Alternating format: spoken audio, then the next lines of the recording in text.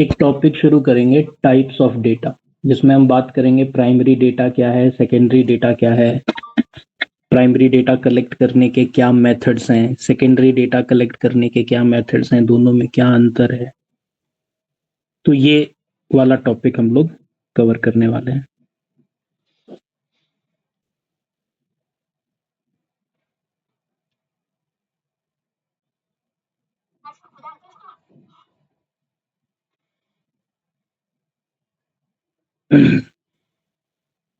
ये इन्वेस्टिगेशन वाला जो टॉपिक है, ये सैंपलिंग से पहले पढ़ाऊंगा। जब principle and method of sampling शुरू करेंगे तो उससे पहले हम इन्वेस्टिगेशन पढ़ेंगे, क्योंकि जब हम इन्वेस्टिगेशन पढ़ेंगे तो हमें पता चलेगा भाई दो प्रकार की इन्वेस्टिगेशन होती है। उसके बाद सैंपलिंग वाला प्रक्रिया समझना आसान हो जाएगा। अभी हम बात करने वाले हैं method of collecting primary and secondary data. ये हमारे आज का टॉपिक रहने वाला है।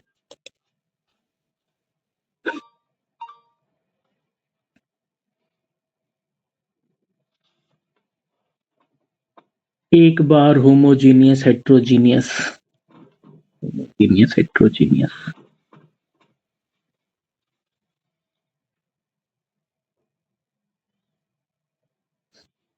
देखो भाई, होमोजीनियस डेटा क्या होता है?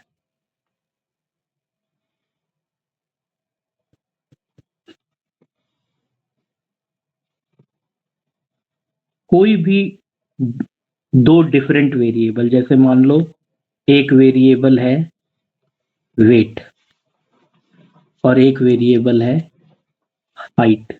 ये दो डिफरेंट वेरिएबल्स हैं, अलग अलग सोर्सेस से ये डेटा कलेक्ट किया गया है। ठीक है, तो क्या ये दोनों वेरिएबल्स आपस में कोरिलेटेड हैं? क्या इनका आपस में कोई रिलेशन है? अगर किसी भी आधार पर इनके बीच में रिलेशन एस्टेब्लिश हो सके तो ये होमोजीनियस है, और अगर इनके बीच में कोई रिलेशन एस्टेब्लिश नहीं हो सकता तो ये हेट्रोजीनियस है। ठीक है, अगर मैं बोलूं कि दो डेटा, जैसे होमोजीनियस को मैंने कहा था कि एक एक अलग एंगल से भी एक्सप्लेन कर सकते हैं। जैसे एक एग्जांपल के लिए, अगर मैं बोलूं कि ये डेटा मैंने अलग सोर्स से कलेक्ट किया, ये डेटा मैंने अलग सोर्स से कलेक्ट किया, ये हेट्रोजीनियस है। लेकिन क्या ये in relation with each other है? क्या ये एक दूसरे से रिलेटेड है? हाँ, ये हेट्रोजीनियस है, क्योंकि ये अलग अलग सोर्स से डेटा कलेक्ट किया गया है, मगर ये एक दूसरे से रिलेटेड है, तो हाँ ये होमोजीनियस है। यानी आप ऐसे भी बोल सकते हो, ये भी एक तरीका हो सकता है इसको एक्सप्लेन करने का, कि होमोजीनियस डेटा का मतलब क्या हुआ, heterogeneous data in relation to each other. ऐसे भी आप इसे बोल सकते हो, heterogeneous data in relation to each other, जैसे हम कल एमसीक्यूज में भी पढ़ रहे थे। तो ये एक वे ऑफ एक्सप्लेनेशन है कि भाई आप एक चीज को, सीधे कान को सीधे हाथ से भी पकड़ सकते हो, तो सीधे कान को उल्टे हाथ से भी पकड़ सकते हो। अगर मैं सीधे कान को सीधे हाथ से पकड़ूं तो मैं होमोजीनियस डेटा बोलूंगा, और अगर मैं सीधे कान को उल्टे हाथ से पकड़ूं तो मैं बोलूंगा heterogeneous which is related to each other. तो बात तो एक ही हो गई। अगर वो रिलेटेड टू ईच अदर है तो वो हेट्रोजीनियस है ही नहीं, फिर तो वो होमोजीनियस हो गया। तो ये केवल शब्द में घुमाने वाली बात है। मैंने कहा कि इस तरह के एमसीक्यूज ना, कभी कभी हमको लगता है कि यार हमने सही किया, पर वो उन शब्दों को हम नहीं समझ पाए। बेसिकली उन्होंने हमको सवाल में घुमाने का प्रयास किया और हम घूम गए।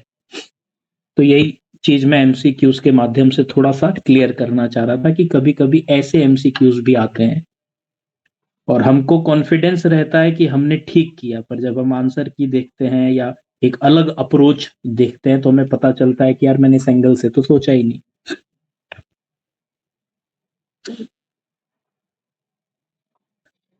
आज केवल बात करेंगे प्राइमरी डेटा, सेकेंडरी डेटा और इनको कलेक्ट करने के मेथड्स के बारे में। ठीक है, इंपॉर्टेंट टॉपिक है, एग्जाम में यहाँ से सवाल भी पूछा जा सकता है। जब ये टॉपिक समाप्त हो जाएगा पूरी तरह से, जब इस टॉपिक में मुझे जो जो बताना है मैं बता दूंगा, तो उसके बाद फिर हम इसके एमसीक्यूज प्रैक्टिस कर देंगे। ठीक है ना? तो दो प्रकार का डेटा होता है, एक प्राइमरी डेटा होता है, एक सेकेंडरी डेटा होता है। एक बेसिक डिफरेंस समझ लेते हैं सबसे पहले। Primary data first hand data होता है। फर्स्ट हैंड डेटा इसे क्यों बोलते हैं? क्योंकि इन्वेस्टिगेटर द्वारा, इन्वेस्टिगेटर वो व्यक्ति है जो किसी रिसर्च के लिए या किसी प्री डिटरमिन्ड पर्पस के लिए कोई डेटा कलेक्ट कर रहा है। ठीक है ना? तो ये फर्स्ट हैंड डेटा क्यों कहा जाता है? क्योंकि इन्वेस्टिगेटर जो है इसे खुद कलेक्ट करता है पहली बार। ठीक है ना? तो primary data is collected by the investigator for the first time. क्यों? For a predetermined specific purpose. अच्छा, कई बार इन्वेस्टिगेटर नहीं कलेक्ट करता है, वो अपने एजेंट से कलेक्ट करवाता है। जैसे मान लो कि मुझे कोई रिसर्च करनी है और मुझे उस रिसर्च के लिए एक डेटा चाहिए। अब मेरे पास थोड़ी ना इतना समय है कि मैं डेटा कलेक्ट करता फिरूं, उसको अरेंज करता फिरूं। मैंने देखा यार, एक एजेंट जिसका काम है डेटा कलेक्शन का, तो मैंने डेटा कलेक्शन का काम उस एजेंट से करवा लिया कि भाई मेरे को एक रिसर्च करनी है, उसके लिए मेरे को ये डेटा चाहिए, जाओ मेरे लिए डेटा लेकर आओ। ठीक है ना? तो इन्वेस्टिगेटर या तो खुद कलेक्ट करता है वो डेटा, या अपने किसी एजेंट से वो डेटा कलेक्ट करवाता है फॉर द फर्स्ट टाइम। पहली बार वो डेटा कलेक्ट हो रहा है, उससे पहले किसी और ने वो डेटा कलेक्ट नहीं किया है। इसीलिए हम इसको फर्स्ट हैंड डेटा या प्राइमरी डेटा कहते हैं। और ये तो ऑब्वियस सी बात है कि कोई भी data pre determined specific purpose से ही कलेक्ट होना चाहिए। ये तो हमने, जब हम स्टैटिस्टिक्स को डिफाइन कर रहे थे, तभी हमने पढ़ा था कि भाई वो डेटा ही किस काम का जो बिना किसी उद्देश्य के कलेक्ट किया गया हो। तो एक ऑब्जेक्टिव तो होना ही चाहिए कि भाई तुम्हें क्या चाहिए डेटा से। ठीक है ना? The source from which primary data are collected are known as primary source. जिस सोर्स से आप प्राइमरी डेटा कलेक्ट करते हो वो प्राइमरी सोर्स कहलाता है। अब ये प्राइमरी डेटा कहाँ से कलेक्ट होता है? तो भाई पर्सनल इंटरव्यू करोगे, इन्वेस्टिगेशन करोगे, बहुत सारे इसके मेथड्स हैं। वही तो आज की क्लास में हमें पढ़ना है कि भाई प्राइमरी डेटा हमारा कहाँ कहाँ से कलेक्ट होता है। प्राइमरी डेटा आप जहां से भी कलेक्ट करते हो उसको प्राइमरी सोर्स कहते हैं। जाहिर सी बात है, सेकेंडरी डेटा जहां से कलेक्ट करोगे उसको सेकेंडरी सोर्स कहा जाएगा। क्योंकि प्राइमरी डेटा आप पहली बार कलेक्ट करते हो, आप फील्ड में जाते हो, डेटा कलेक्ट करते हो, तो ऑब्वियस सी बात है समय भी लगता है, पैसा भी खर्च होता है। यानी प्राइमरी डेटा कलेक्ट करना कॉस्टली भी है, टाइम कंज्यूमिंग भी है। ठीक है?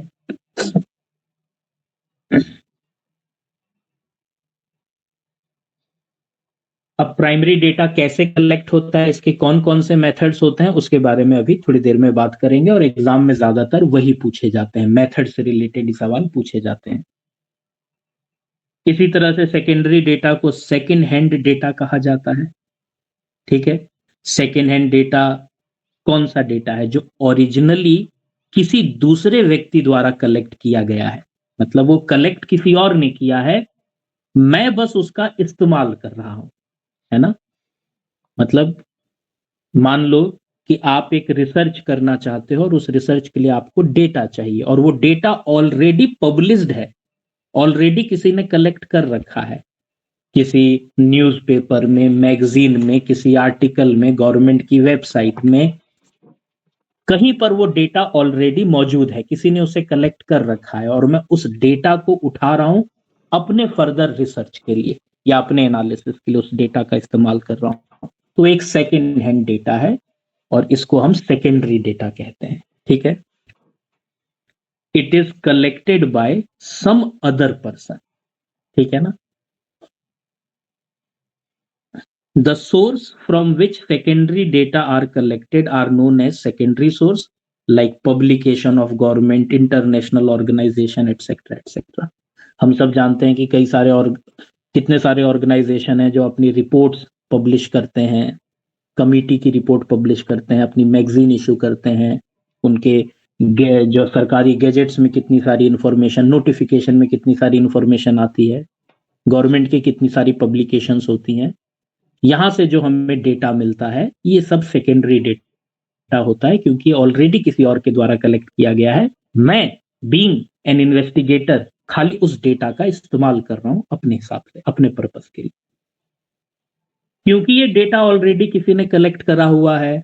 उसको जब किसी ने डेटा कलेक्ट किया होगा तो रॉ फॉर्म में तो होगा नहीं, उसको उसने ऑर्गेनाइज भी किया होगा, क्योंकि प्राइमरी डेटा कलेक्ट करने वाला डेटा को ऑर्गेनाइज नहीं करेगा तो डेटा तो किसी काम का नहीं है। रॉ डेटा किस काम का है जब तक आप उसको अच्छे से ऑर्गेनाइज ना करो, प्रेजेंट ना करो।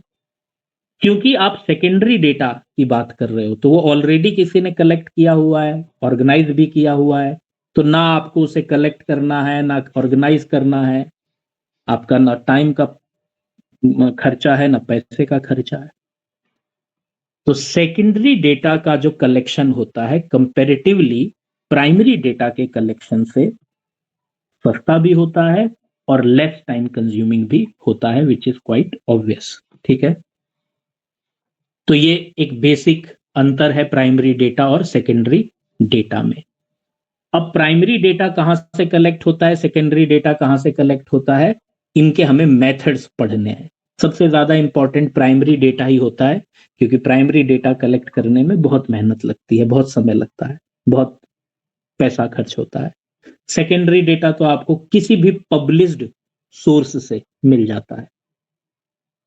तो एग्जाम में ज्यादातर प्राइमरी डेटा को कलेक्ट करने के जो मेथड्स होते हैं वो पूछे जाते हैं, यानी ये ज्यादा इंपॉर्टेंट है। ठीक है, हालांकि सेकेंडरी डेटा कलेक्ट करने का जो एएसओ के एग्जाम में शायद सेकेंडरी डेटा कलेक्ट करने का मेथड पूछा गया था, कुछ सेकेंडरी डेटा से रिलेटेड सवाल आया था, अगर किसी ने एएसओ का पेपर दिया हो तो, है ना। मतलब इस टॉपिक से सवाल आया था, मुझे याद आ रहा है, सेकेंडरी डेटा का ही कोई सवाल था।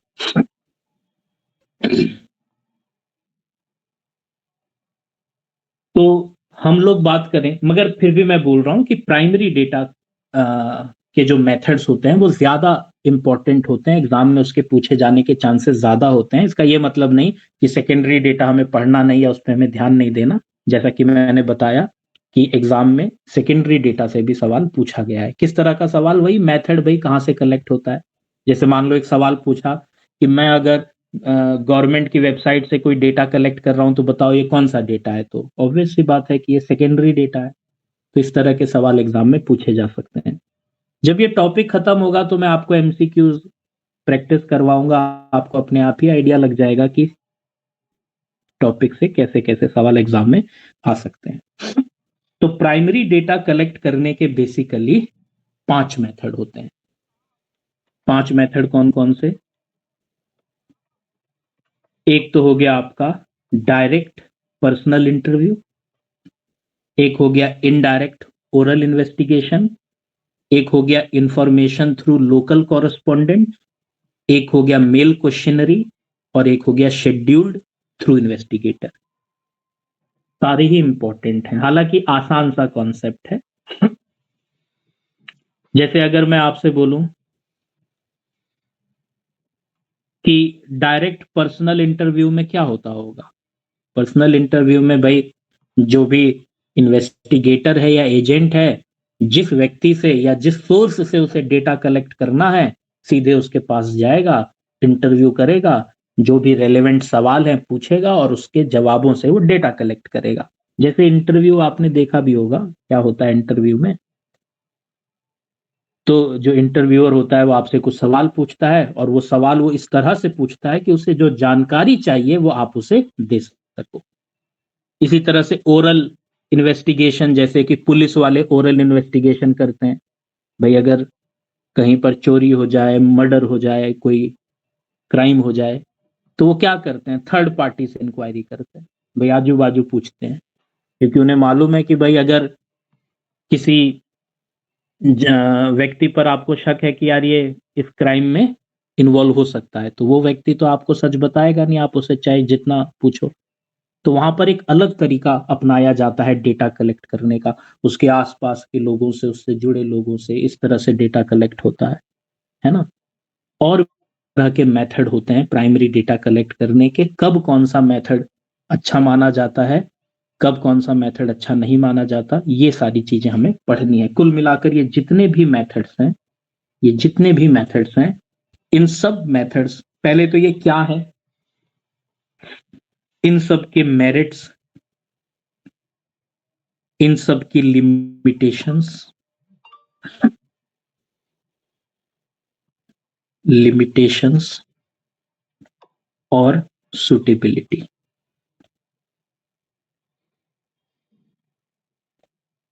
क्या फायदे हैं इन सभी मेथड्स के, क्या कमियां हैं इन मेथड्स में, और कौन सा मेथड कब सुटेबल रहता है, मतलब किस परिस्थिति में कौन से मेथड को चुनना चाहिए प्राइमरी डेटा कलेक्ट करने के लिए, हमें ये सारी चीजें हर मेथड के बारे में सीखनी है। तो एक एक करके पढ़ते हैं। सबसे पहले बात कर रहा हूं डायरेक्ट पर्सनल इंटरव्यू।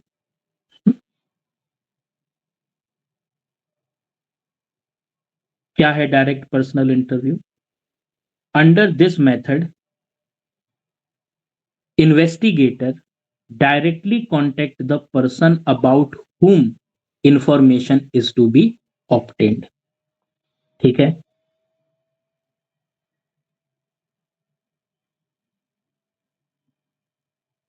यानी कि इसमें इन्वेस्टिगेटर जिससे इंफॉर्मेशन चाहिए उसे सीधे कांटेक्ट करता है।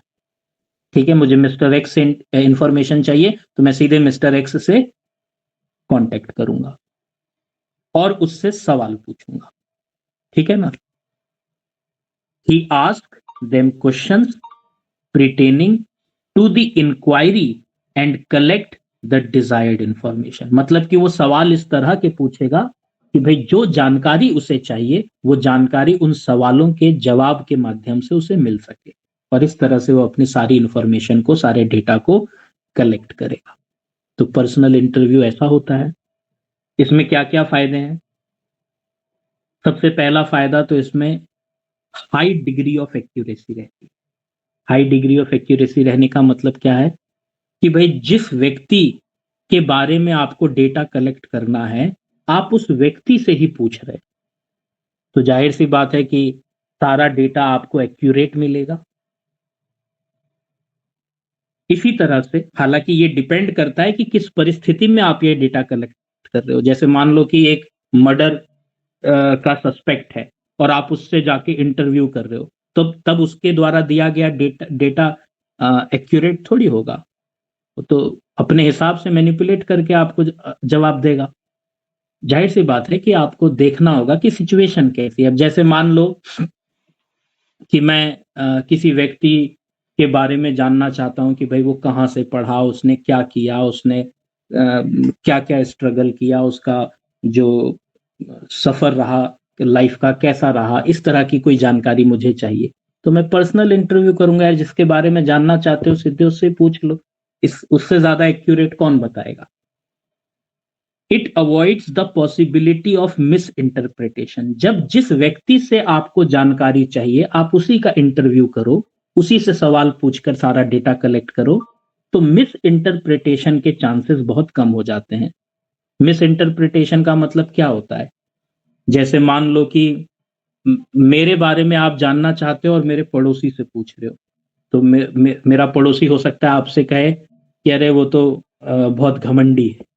तो आपने तो एक चित्रण कर लिया ना मेरा, आपने तो मन में एक इमेज बना ली कि यार इसका तो पड़ोसी कह रहा था वो तो बड़ा घमंडी है। तो ये मिस इंटरप्रिटेशन हो गया। आप मेरे बारे में जानकारी ले रहे हो लेकिन इनएक्यूरेट ले रहे हो, जिससे आप चीजों को गलत आंक रहे हो, गलत इंटरप्रेट कर रहे हो। लेकिन अगर आप मेरे बारे में मेरे से ही आकर पूछेंगे तो हो सकता है कि कोई मिस इंटरप्रिटेशन ना हो, आपकी जो डाउट्स हो वो मैं क्लियर कर दूं अपने जवाबों के माध्यम से। तो डायरेक्ट पर्सनल इंटरव्यू में आपका जो एक्यूरेसी लेवल होता है बहुत हाई होता है और मिस इंटरप्रिटेशन के चांसेस भी कम हो जाते हैं। हाँ, मगर ये कॉस्टली और टाइम कंज्यूमिंग होता है। मान लो अगर मेरा फील्ड ऑफ एरिया बहुत बड़ा है, मुझे अगर 10 बच्चों का इंटरव्यू 10 लोगों का इंटरव्यू लेना है तो चलो ठीक है, 20 का ठीक है, 200 का, 400 का, 1000 का। अगर फील्ड ऑफ एरिया बढ़ा तो पर्सनल इंटरव्यू तो बहुत कॉम्प्लिकेटेड प्रोसेस नहीं हो जाएगा डेटा कलेक्ट करने का? हर व्यक्ति से इंडिविजुअली आकर इंटरव्यू करोगे, कितना समय लगेगा, कितना पैसा खर्च होगा? यानी ये मेथड कब सुटेबल है, ये किस परिस्थिति में सुटेबल है? जब आपको पहले तो जब आपका जो फील्ड ऑफ इंक्वायरी है वो बहुत छोटा होना चाहिए, लिमिटेड फील्ड ऑफ इंक्वायरी होना चाहिए, और आपको इंटेंसिव इंक्वायरी करनी है, एकदम गहनता से आपको जांच करनी है, आपको डेटा चाहिए एकदम डिटेल में। अगर आपको डेटा चाहिए और वो डेटा आपको लिमिटेड फील्ड ऑफ इंक्वायरी का होना चाहिए, तो ही ये मेथड सुटेबल है। जहां पर मेरे को एकदम इंटेंसिव इंक्वायरी करनी होती है वहां पर पर्सनल इंटरव्यू होता है, लेकिन पर्सनल इंटरव्यू बहुत बड़े जो फील्ड में पॉसिबल नहीं है। मतलब जहां पर फील्ड ऑफ इंक्वायरी बहुत बड़ी हो, फॉर एग्जाम्पल कि 500 लोगों का इंटरव्यू लेना है, तो फिर तो मैं मना कर दूंगा, फिर मैं कहूंगा यार इतना लोगों का इंटरव्यू लेके तो डेटा कलेक्ट करने में बहुत टाइम लग जाएगा। तो ये मेथड सुटेबल है एक स्मॉल फील्ड ऑफ इंक्वायरी के केस में, जहां पर आपको इंटेंसिव इंक्वायरी करनी हो, तो ये मेथड ठीक है। और दूसरी चीज, क्योंकि इस मेथड में पैसा खर्च होता है, समय लगता है, तो इस मेथड को चुनने के लिए आपको पैसे की कोई कमी ना हो और समय की भी कोई समस्या ना हो, तभी ये मेथड सुटेबल माना जाएगा। यानी कि 4 बातें। पहला, बहुत इंटेंसिव इंक्वायरी करनी है, गहनता से आपको अध्ययन करना है। माइनर से माइनर आपको जानकारी चाहिए। अब ऐसी जानकारी तो वही दे पाएगा जो उस जानकारी को पोजेस करता है। भाई मेरे बारे में आपको छोटी छोटी बातें जाननी है तो मैं ही बता पाऊंगा। दूसरा, स्मॉल फील्ड ऑफ इंक्वायरी, मतलब जो फील्ड ऑफ इंक्वायरी है जहां पर आप जिस एरिया से आपको ये डेटा कलेक्ट करना है वो छोटा है। मतलब ज्यादा लोगों का इंटरव्यू आपको नहीं लेना है। बहुत ज्यादा लोगों का इंटरव्यू लेना होगा तो फिर ये मेथड आपको बहुत इनकन्वीनियंट लगेगा। तीसरा, आपको जो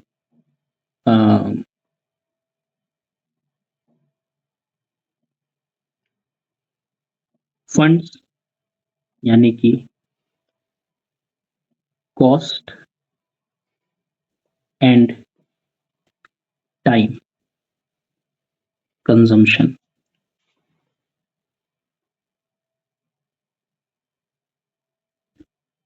is not an issue. Constant जिसे बोलते हैं कि भाई आपको पैसों की कोई समस्या नहीं है, समय की कोई समस्या नहीं है, पैसा भरपूर है, खर्चों की मेरे को कोई दिक्कत नहीं है, समय मेरे पास पर्याप्त है, फील्ड ऑफ इंक्वायरी बहुत बड़ी नहीं है, आसानी से मैं इन लोगों का इंटरव्यू कर सकता हूं और मुझे बहुत इंटेंसिव इंक्वायरी करनी है, तो फिर ये मेथड आपके लिए सुटेबल है। इस केस में आपको डायरेक्ट पर्सनल इंटरव्यू मेथड से डेटा कलेक्ट करना चाहिए।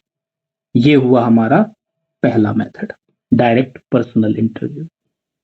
अब बात करते हैं इनडायरेक्ट ओरल इन्वेस्टिगेशन की। अब जाहिर सी बात है यार, डायरेक्ट इनडायरेक्ट में एक पहला फर्क तो मुझे ऐसे ही समझ में आ जाता है कि जिस व्यक्ति से मिस्टर एक्स से डेटा लेना है तो मिस्टर एक्स से ही पूछ लो, सीधे जाकर इंटरव्यू ले लो उसका। और इनडायरेक्ट में जाहिर सी बात है कि मिस्टर एक्स के बारे में जानकारी चाहिए तो आप मिस्टर वाई से पूछो, जेड से पूछो, जो उससे रिलेटेड हो, जो उसके बारे में जानकारी पॉजेस करते हो।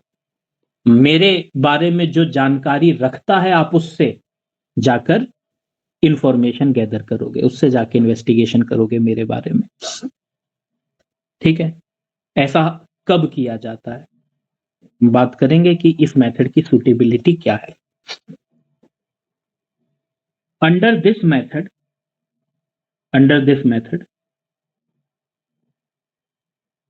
Investigators contact third party who supposed to possess the information on the problem under investigation.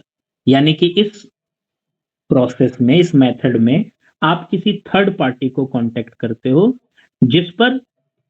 जिसके पास वो इंफॉर्मेशन है जो आपको चाहिए, ठीक है ना? This method is used to find out the cause of fire, cause about the theft, murder etcetera. मैंने कहा ना, जब भी कोई क्राइम वगैरह होता है, देखो ये मेथड की सूटेबिलिटी देखो। कई बार क्या होता है कि जिस व्यक्ति से ना हमको इंफॉर्मेशन लेनी है वो व्यक्ति होता है रिलक्टेंट, क्या बोलें, शाय जिसे हम बोलते हैं कि अगर मान लो मुझे एक व्यक्ति से ना इंफॉर्मेशन लेना है, इंटरव्यू करना है उसका, लेकिन वो शाय है, वो लोगों के सामने या किसी के सामने बोल ही नहीं पाता। ऐसे कितने सारे लोग होते हैं जो बहुत संकोच करते हैं कि यार अगर किसी के सामने कुछ बोलना हो तो वो कुछ बोल नहीं पाते, या प्रेफर करते हैं कि भाई ज्यादा लोगों के सामने वो ना आए। अगर कोई रिलक्टेंट पर्सन है जिससे आपको कोई इंफॉर्मेशन गैदर करनी है तो फिर तो हो ही नहीं पाएगा, क्योंकि उसका तो नेचर ही ऐसा है कि वो शाय है, वो आप उससे पूछोगे वो कुछ बता ही नहीं पाएगा। तो ऐसे केस में फिर मुझे उसकी इंफॉर्मेशन किसी थर्ड पार्टी से कलेक्ट करनी पड़ती है। या तो एक कारण ये होगा, दूसरा या तो वो व्यक्ति किसी क्राइम में या किसी ऐसे मैटर में इन्वॉल्व होगा कि सीधे उससे डेटा लेना रिलायबल नहीं है, ठीक है ना? मैं जानता हूं कि यार ये क्राइम में ये सस्पेक्ट है, अगर मैं इससे डेटा लूंगा तो उसकी क्या रिलायबिलिटी है, तो फिर मैं उसके बारे में जानकारी थर्ड पर्सन से, ऐसे पर्सन जो मुझे उम्मीद है कि इसके पास इस व्यक्ति की जानकारी होगी, उससे पूछूंगा। जैसे पुलिस वाले जब मर्डर होता है तो पड़ोस में पूछते हैं, रिश्तेदारों से पूछते हैं, दोस्त यारों से पूछते हैं, जिस ऑफिस में आप काम करते हो उसके वहां के कलीग से पूछते हैं, बॉस से पूछते हैं, स्कूल में पढ़ते हो तो आपके टीचर से पूछते हैं, स्टूडेंट जो फ्रेंड्स हैं आपके उनसे पूछते हैं। इस तरह से वो थर्ड पार्टी को टारगेट करते हैं कि भाई अगर मुझे जिस व्यक्ति की जानकारी चाहिए वो इन लोगों से मिलेगी। इस तरह की मेथड को, इस तरह से जब आप मेथड कलेक्ट करते हैं तो इसे इनडायरेक्ट ओरल इन्वेस्टिगेशन कहते हैं। It enables the information about the person who is reluctant या shy, जो शाय है, हेजिटेट करता है, ऐसे व्यक्ति की जानकारी आपको इस मेथड से बड़े आसानी से मिल जाती है। क्या कमी है? The information collected from some person may not be reliable, some other person. अगर आप किसी दूसरे व्यक्ति से मेरी जानकारी ले रहे हो तो उस पर भरोसा कम किया जा सकता है, क्योंकि दूसरा व्यक्ति तो भाई झूठ भी बोल सकता है। क्या पता आप मेरे पड़ोसी से पूछते हो वो मेरे से चिढ़ रहा है तो मेरे बारे में नेगेटिव बोल रहा है ना? कोई हो सकता है कि मेरे बहुत करीबी है और आप उससे जब मेरे बारे में पूछ रहे हो तो मेरे बारे में बहुत बढ़ा चढ़ा कर तारीफ कर रहा है। मतलब कि थर्ड पार्टी से ली गई जो इंफॉर्मेशन होती है उसमें रिलायबिलिटी कम होती है, ठीक है? सुटेबल कहाँ है ये मेथड? किस परिस्थितियों में हम इनडायरेक्ट ओरल इन्वेस्टिगेशन का इस्तेमाल करते हैं? जब डायरेक्ट सोर्स एग्जिस्ट ही नहीं करता हो। फॉर एग्जाम्पल, मान लीजिए कि मिस्टर एक्स का मर्डर हो गया, तो मिस्टर एक्स तो अब जीवित ही नहीं है, तो मिस्टर एक्स के बारे में जानकारी मिस्टर एक्स से तो ली नहीं जा सकती। फिर हम उसके परिवार वालों से, दोस्त यार से ही पूछेंगे भाई कौन था, क्या था, कहाँ काम करता था। यानी जिस सोर्स से आपको डेटा कलेक्ट करना है वो सोर्स ही एग्जिस्ट नहीं करता, तब ये मेथड काम आएगा। या वो सोर्स एग्जिस्ट तो करता है पर रिलायबल नहीं है, आपको भरोसा है कि यार ये व्यक्ति सही जानकारी नहीं देगा। ऐसा जैसे पुलिस केस में होता है कि मान लो कोई सस्पेक्ट है तो मैं जानता हूं कि यार इससे पूछूंगा तो ये थोड़ी ना सच बोलेगा, चोर थोड़ी ना बोलेगा कि मैं चोर हूं। तो फिर इस केस में आपको इनडायरेक्ट ओरल इन्वेस्टिगेशन करना होता है।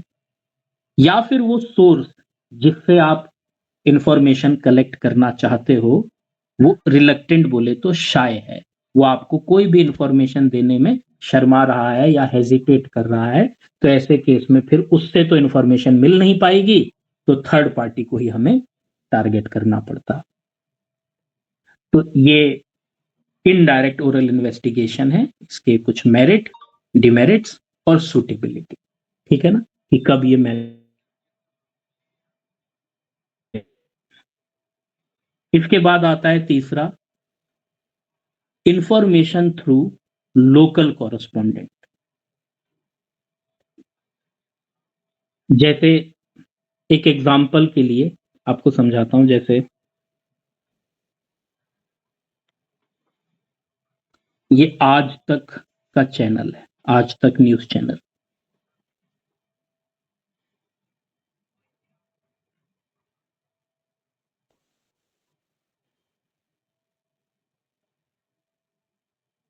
अब आपको मालूम है कि भाई ये जो चैनल है ये 24/7 न्यूज देता है, मतलब 24 घंटे ये चैनल चलता रहता है। अब पूरे देश दुनिया में क्या हो रहा है ये सारी खबरें अपने चैनल पर दिखाते हैं। आपको क्या लगता है इनके पास इतनी मैन पावर होगी कि देश दुनिया के कोने कोने में हर जगह इनके लोग बैठे हैं, कहीं पर 4 लोग मर गए तो तुरंत इंफॉर्मेशन आज तक के हेड ऑफिस में पहुंच गई कि भैया इस फलानी जगह में 4 लोग मरे हैं या यहाँ चोरी हो गई है। जाहिर सी बात है कि इतना बड़ा न्यूज चैनल चलाने के लिए आपको डेली बेसिस पर इंफॉर्मेशन चाहिए, आपको लगातार एकदम, कहते हैं ना कि जो रिकरिंग बेसिस पर आपको इंफॉर्मेशन चाहिए रोज के रोज। और इसके लिए आप इतनी बड़ी मैन पावर क्रिएट नहीं कर सकते कि आप देश के दुनिया के हर कोने कोने में अपने एजेंट बैठा दो और बोलो कि भैया जो भी न्यूज होगी हमें लाकर देते रहना, बहुत असंभव जैसा काम है। इसीलिए ये न्यूज चैनल वाले क्या करते हैं, हर देश दुनिया के कोने कोने में जो लोकल कॉरेस्पॉन्डेंस को ये चुनते हैं, मतलब लोकल कॉरेस्पॉन्डेंस के साथ ये टाई अप कर लेते हैं। जैसे कि उत्तराखंड में कितने सारे लोकल न्यूज चैनल है।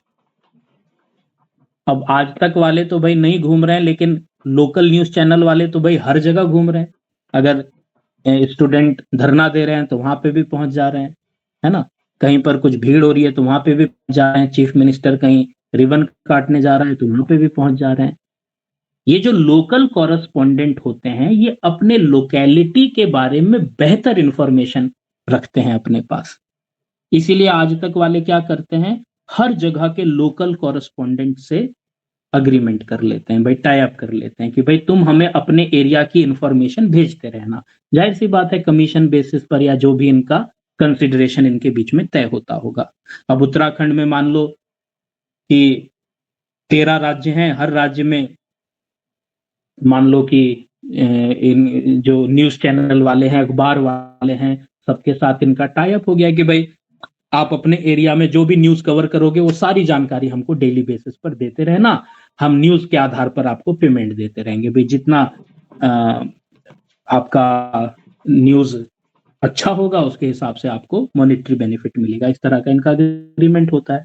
अब उत्तराखंड से इनके पास इंफॉर्मेशन जा रही है लोकल कॉरेस्पॉन्डेंस के माध्यम से, यूपी से जा रही है, एमपी से जा रही है, दिल्ली से जा रही है, मुंबई से जा रही है, विदेशों से भी जा रही है। इस तरह से जो लोकल कॉरेस्पॉन्डेंट्स होते हैं, जो अपने एरिया की अच्छी जानकारी रखते हैं, जो अपने एरिया में सारे इवेंट्स को कवर करते हैं, जो लोकल न्यूज चैनल या अखबार वाले होते हैं, वो लोग इन बड़े बड़े न्यूज चैनल को इंफॉर्मेशन सप्लाई करते हैं डेली बेसिस पर, तभी ये इतना बड़ा चैनल चल पाता है।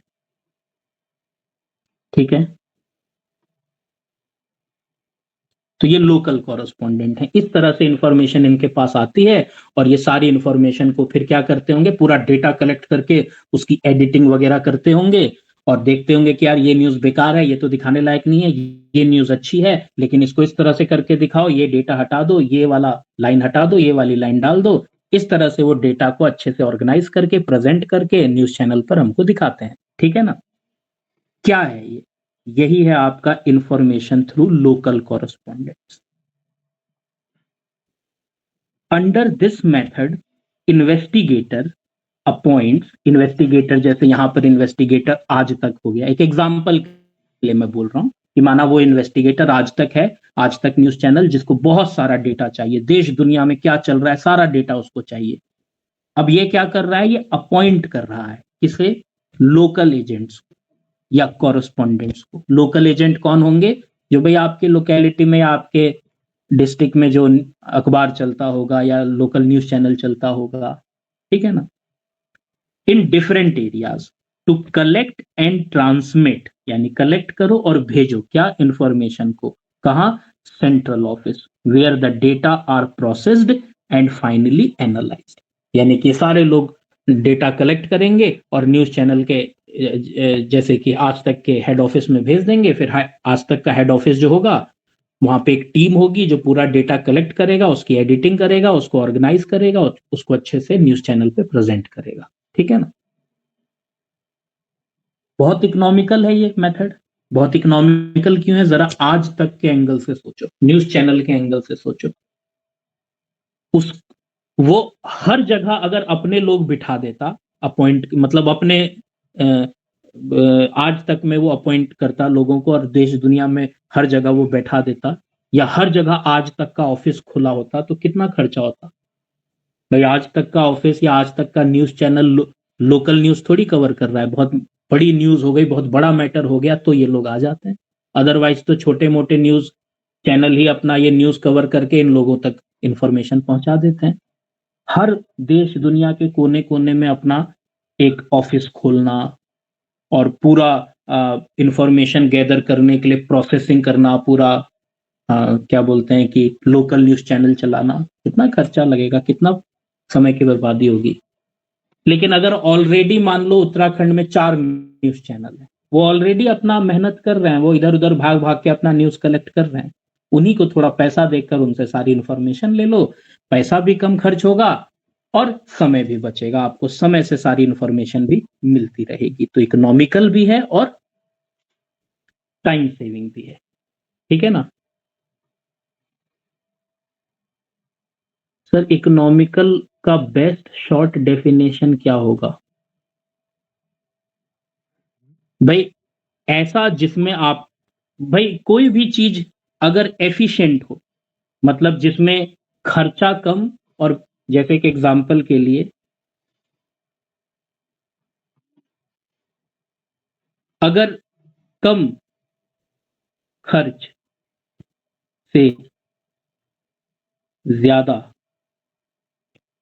बेनिफिट मिल रहा है तो ये इकोनॉमिकल है ना भाई? अगर आप कम खर्चा करके ज्यादा बेनिफिट अगर अर्न कर रहे हो, तो यानी कि आप बहुत एफिशिएंसी से काम कर रहे हो, आपका काम बहुत इकोनॉमिकल है, कम खर्चीला है। ठीक है ना? मतलब अगर उस काम को करने में 50,000 रुपए लग सकते थे और आप उस काम को 10,000 में ही कर ले रहे हो, तो आपका काम बहुत इकोनॉमिकल वे में हुआ है। ठीक है?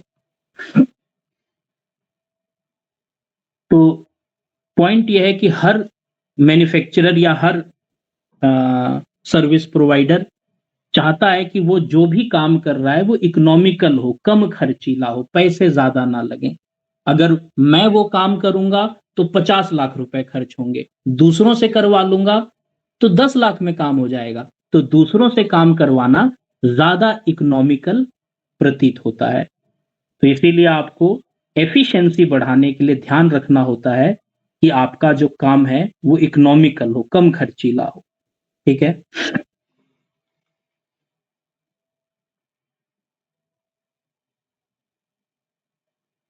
इसी तरह से इसमें डिमेरिट्स क्या हैं?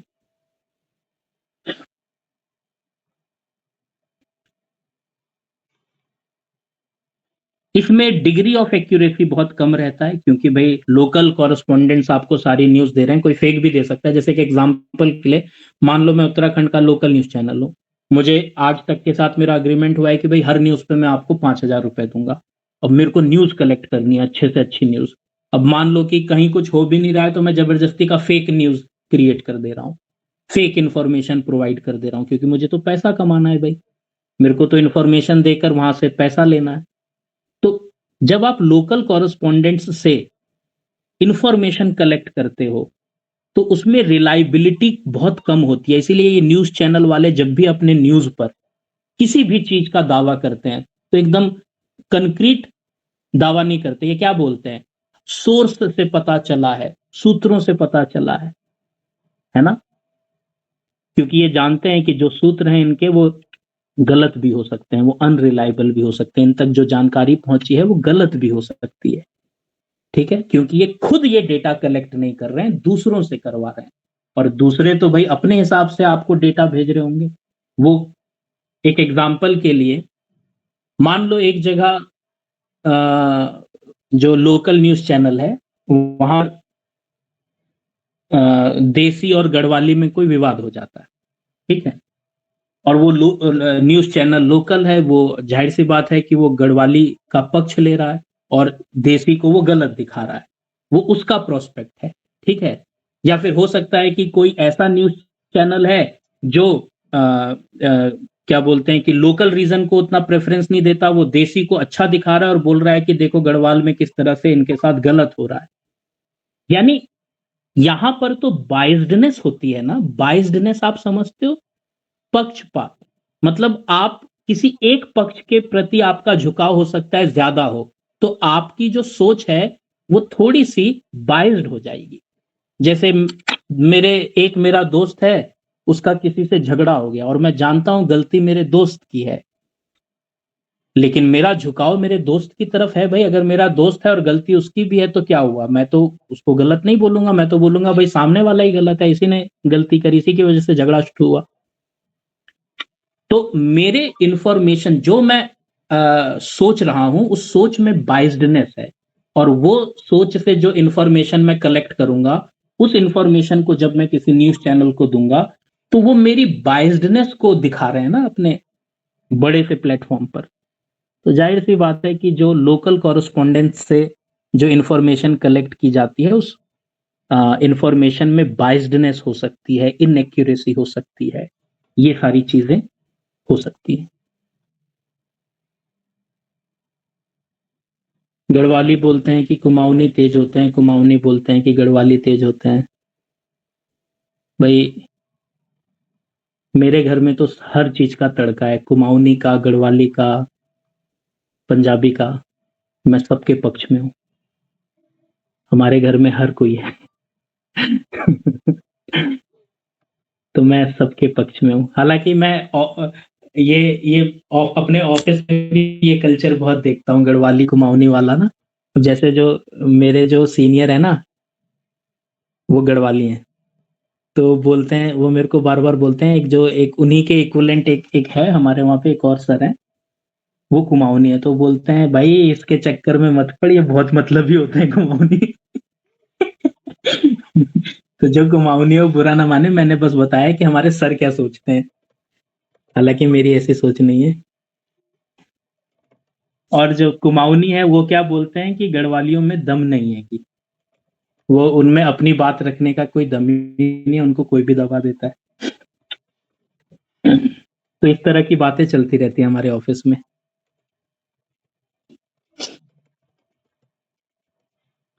हालांकि सब मजाक है और कुछ नहीं।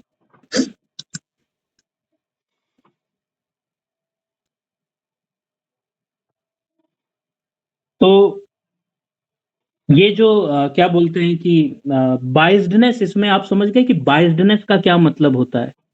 बाइज्डनेस का मतलब होता है कि आप ना अपने प्रोस्पेक्टिव से चीजों को देखते हो। जैसे मैंने आपको बताया ना कि भाई अगर मान लो कि मेरे दोस्त की किसी से लड़ाई हो रही है तो मैं अपने दोस्त का ही पक्ष लूंगा भले ही वो गलत हो, ये है बाइज्डनेस, ठीक है ना।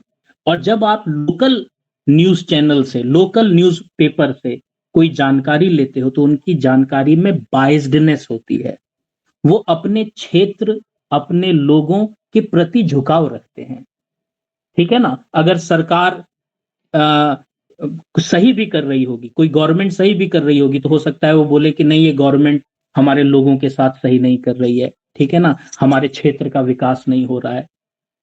तो ऐसे न्यूज में, ऐसी इंफॉर्मेशन में हमेशा बाइज्डनेस पाई जाती है, पक्षपात पाया जाता है, भेदभाव पाया जाता है, बिल्कुल बिल्कुल बिल्कुल भेदभाव।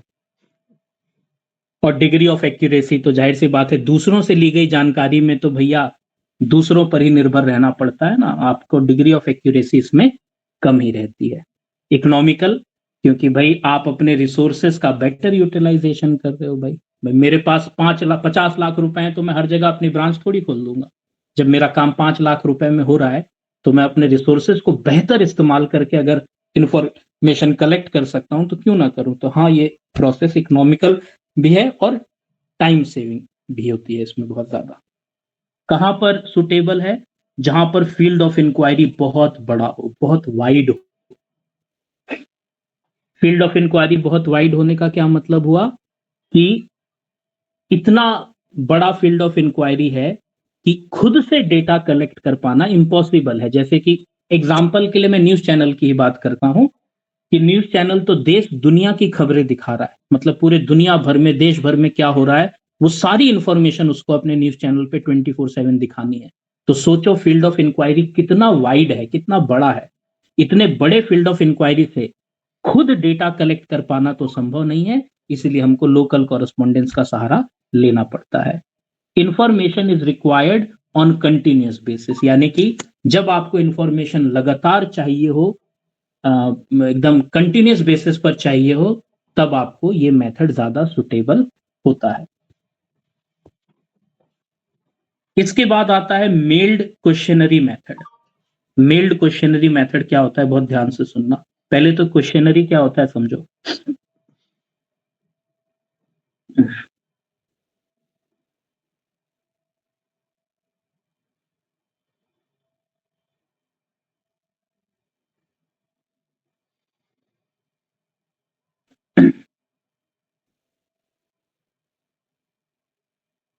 क्वेश्चनरी मतलब एक सवालों की लिस्ट, है ना। List of question pertaining to the inquiry, मतलब आपको जो जो इंफॉर्मेशन चाहिए उस इंफॉर्मेशन को गैदर करने के लिए आप अच्छे से सवालों की एक लिस्ट बना लो।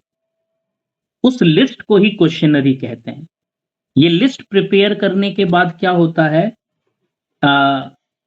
जो इन्वेस्टिगेटर होता है वो इसको वेरियस इंफॉर्मेंट्स को भेजता है, जिससे जानकारी लेनी होती है उनको ये क्वेश्चनरी यानी लिस्ट ऑफ क्वेश्चंस भेजे जाते हैं, एक रिक्वेस्ट के साथ कि वो इस क्वेश्चनरी को फिल करें, भरें और वापस रिटर्न कर दें उसी सेम एड्रेस पर। आ, क्या बोलते हैं कि सारी डिटेल भरने के बाद। मैं आपको एक साधारण से एग्जांपल से समझाता हूं। जैसे गूगल सर्वे आपके फोन में कभी आता है, या फेसबुक चलाते चलाते फेसबुक सर्वे, या यूट्यूब चलाते चलाते यूट्यूब सर्वे आता है। ये गूगल सर्वे, फेसबुक सर्वे, यूट्यूब सर्वे, ये मेल्ड क्वेश्चनरी का ही एक एग्जांपल है। आपने कभी जो गूगल सर्वे होगा आपने उसमें देखा होगा ना कि क्या बोलते हैं कि उसमें कुछ सवाल होते हैं। इस तरह से होते हैं ना सवाल कि उन्हें जो जानकारी चाहिए वो उन्हें अच्छे से मिल सके। हम आगे चल के पढ़ेंगे इसके बारे में, कल बात करेंगे कि एक सही क्वेश्चनरी कैसे तैयार की जाती है, एक सही लिस्ट ऑफ क्वेश्चन कैसे तैयार किया जाता है। ठीक है। आपसे वो ऐसे ऐसे सवाल पूछेगा जिसका जवाब देने में आपको कोई तकलीफ नहीं होगी। या तो वो सवाल मल्टीपल चॉइस वाले सवाल होंगे, या यस और नो वाले सवाल होंगे, या टिक करने वाले सवाल होंगे। यानी कि इन्फॉर्मेंट को ज्यादा तकलीफ ना हो, उसको ज्यादा लिखना ना पड़े, उसको ज्यादा ऐसा ना लगे कि यार ये क्या क्या पूछे जा रहा है, क्या क्या कितनी मेहनत करवा रहा है। अब जैसे मान लो यूट्यूब का कोई सर्वे आ जाता है, तो उस सर्वे में क्या होता है कि क्या आपने ये वीडियो वॉच करी, यस नो। यस पे क्लिक किया मैंने, क्या ये इस वीडियो को आप कैसा रेट करेंगे। ठीक है, तो उसमें 5 ऑप्शन आ जाते हैं, तो उसमें मैंने एक ऑप्शन चूज कर दिया, टिक करना है खाली। ठीक है ना। क्या आप ये वीडियो किसी और को सजेस्ट करना चाहेंगे, इस तरह से उन्होंने सवाल हमको बना बना कर भेजे। वो क्या जानना चाहते हैं कि यार मेरा क्या टेस्ट है, मेरी क्या प्रेफरेंसेस हैं, मैं किस तरह के वीडियोस देखता हूँ, मुझे क्या पसंद आता है। जब मैं यूट्यूब चैनल खोलता हूँ या यूट्यूब का ऐप खोलता हूँ तो मैं क्या देखना पसंद करता हूँ। इसके माध्यम से क्या होगा कि वो जब भी मैं यूट्यूब खोलूंगा वो मेरे को मेरे प्रेफरेंसेस के आधार पर चीजें दिखाएंगे, मेरे को वही वीडियो वो रेकमेंड करेंगे जो मैं पसंद करता हूं, जो मैं बार बार देखता हूं, जो मैं दूसरों को रेफर करना चाहता हूं। इससे क्या होगा कि मेरी इंगेजमेंट बढ़ेगी, मैं उस ऐप में ज्यादा समय बिताऊंगा, ज्यादा वीडियोस देखूंगा। इंगेजमेंट बढ़ेगी तो जाहिर सी बात है उनका भी फायदा होगा, मेरे को भी एंटरटेनमेंट मिल रहा है। तो इसलिए वो इस तरह के सवाल चुनते हैं, इस तरह से वो सवाल पूछते हैं कि इन्फॉर्मेंट को बहुत तकलीफ भी ना हो, आसानी से वो टिक टिक करके सवालों का जवाब दे दे और हमें भी हमारे काम की सारी इंफॉर्मेशन मिल जाए। हालांकि ये वाला जो मैंने प्रक्रिया बताया ये तो ऑनलाइन है, ऑफलाइन भी होता है। ऑफलाइन में क्या प्रक्रिया होगी कि भाई जो भी इंफॉर्मेंट जो भी इन्वेस्टिगेटर है वो सवालों की एक लिस्ट बनाएगा, उसको एक एनवलप में डालेगा, इंफॉर्मेंट को पोस्ट कर देगा। इंफॉर्मेंट को जब वो पोस्ट मिलेगा, उस एनवलप को वो फाड़ेगा, वो सवालों की लिस्ट निकालेगा, पेन उठाएगा, सवालों को पढ़ेगा, टिक करेगा, यस पे, नो पे या मल्टीपल चॉइस पर टिक करेगा। टिक करने के बाद उस कागज को वापस से एक दूसरे एनवलप में डालेगा और इन्वेस्टिगेटर को वापस से पोस्ट कर देगा। इन्वेस्टिगेटर ने उसको एक रिक्वेस्ट के साथ वो एनवलप भेजा होगा कि प्लीज आप इसको फिल करके हमको वापस इसी पते पर भेज दीजिए। ऑफलाइन में ये प्रक्रिया होती होगी। ऑनलाइन में तो भाई हम जैसे ही फोन करते हैं इंटरनेट ऑन होना चाहिए, हमको ऑनलाइन सर्वे आ जाएगा, हम उसको फिल करके सबमिट कर देंगे, इन्वेस्टिगेटर के पास वो सारी डिटेल पहुंच जाएगी। तो आज के मॉडर्न एरा में तो ये मेल्ड क्वेश्चनरी मेथड ऑनलाइन प्रक्रिया से ज्यादा हो रहा है, ऑफलाइन में ये बाय पोस्ट होता है। इस मेथड में फायदा क्या है? सबसे पहले तो ये मेथड ना बड़ा कन्वीनियंट है, बहुत इकोनॉमिकल है। तुम्हें फील्ड में जाना ही नहीं है। मान लो कि मुझे आपसे इंफॉर्मेशन चाहिए, आप मान लो कि हल्द्वानी में रहते हो और मुझे आपसे जानकारी चाहिए, तो मैंने यहाँ से एक क्वेश्चनरी तैयार करी, एक सेट ऑफ क्वेश्चन की लिस्ट तैयार करी, उसको एनवलप में डाला और आपको हल्द्वानी में पोस्ट कर दिया। एक रिक्वेस्ट करी कि भैया आप इसको भर के वापस मुझे भेज दीजिएगा मेरे पते पर। तो मुझे तो फील्ड में जाना ही नहीं पड़ रहा है। आपको जिससे इंक्वायरी लेनी है आप उसको बस क्या कर दे रहे हो, क्वेश्चनरी मेल कर दे रहे हो।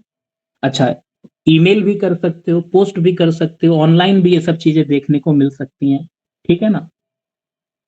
तो कम खर्चीला है। बताओ एक मतलब यूट्यूब का जो सर्वे हो रहा है या गूगल का या फेसबुक का जो सर्वे हो रहा है, करोड़ों लोगों से वो सर्वे ले रहे हैं, एक ही ऑफिस में बैठे हुए, एक ही जगह पर उनके लोग बैठे होंगे और देश दुनिया के करोड़ों लोगों से उन्होंने इंफॉर्मेशन ले ली क्वेश्चनरी के माध्यम से। तो बहुत इकोनॉमिकल है ना, क्योंकि आपको फील्ड में जाना ही नहीं पड़ रहा है। तो पैसा बच रहा है, लेबर बच रही है, ठीक है ना, समय बच रहा है। कमी क्या है? सबसे बड़ी कमी, ये केवल तभी काम करेगा जब सामने वाला व्यक्ति लिटरेट होगा, पढ़ा लिखा होगा। अगर वो व्यक्ति इलिटरेट होगा तो वो ये क्वेश्चनरी समझ ही नहीं पाएगा। मान लो अगर मेरे को गूगल पे सर्वे आ जाता है, अब अंग्रेजी में आ गया, मेरे को अंग्रेजी पढ़नी नहीं आ रही है, तो मैं तो उसे भरूंगा ही नहीं, मैं तो उसको कैंसिल कर दूंगा। या मैं पढ़ना लिखना ही नहीं जानता हूँ, हिंदी भी पढ़नी नहीं आती है, अगर वो हिंदी में भी भेज रहे हैं, ठीक है। या फिर मैं सवालों को पढ़ रहा हूं मगर समझ नहीं पा रहा हूं।